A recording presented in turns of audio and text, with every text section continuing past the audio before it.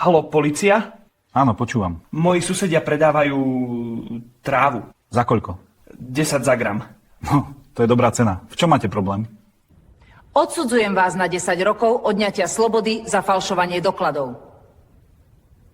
Počkajte, vy ste mi nejaký povedomý, nepoznáme sa? Odo mňa ste si kúpili diplom. Daj, niečo ti poviem. Vidím, že nemáš ženu. Odkiaľ to viete? Lebo máš úplne zodraté čiary na dlani. Pán farár, spala som s chlapcom bez svadby 10-krát. Och, peklo, dcera moja, peklo. Nie, ale svrbelo, pán farár. Vieš, hľadám muža, ktorý mi v starobe podá pohár vína. Myslela si pohár vody? Takže to predsa len nie si ty.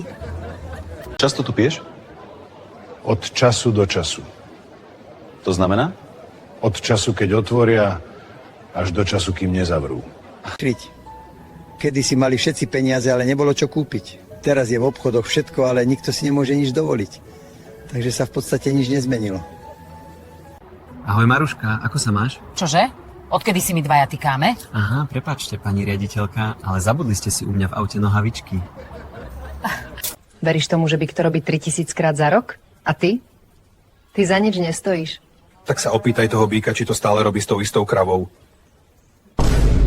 Ty debil, čo si to urobil? Ten robot mal rúbať drevo a okopávať záhradu a ty si z neho urobil pálenicu. Ale pozri sa, ako pekne to kvapká. Čisté ako slza. Koľko? 50. Prečo tak draho? Pretože tu je zákaz zastavenia a státia. Prečo na mňa tak pozeráte? Vo vašich časoch tetovania neboli? Bolo všetko, miláčik. Žila som v Dubaji 30 rokov, len nerozumiem, prečo máš na krku napísané s prehltnutím 50 a 100 eur kompletka. Čo? Prečo plačeš? Lebo vodič tohto kamiona sa ma spýtal, čo urobím za 50 eur. A ty čo na to? Povedala som, že všetko. A on mi dal lopatu a kázal odhadzovať sneh. Keď zomriem, chcel by som byť pochovaný s obručkou a tvojimi fotkami. To preto, lebo ma ľúbiš? Nie. Aby Boh vedel, že peklom som si už prešiel. Tato, dozvedela som sa, že ma manžel podvádza. Čo mám robiť? Počkaj, kým sa vráti mama. Ona má v týchto veciach viac skúseností. Prosím, fúknite. Dobre. Pane, čo to robíte? To je alkohol tester.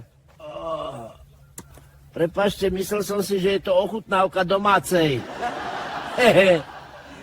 Ak si to dopozeral až sem, buď nemáš čo robiť, alebo ťa baví Faktos TV. V oboch prípadoch like, odber, zdieľaj.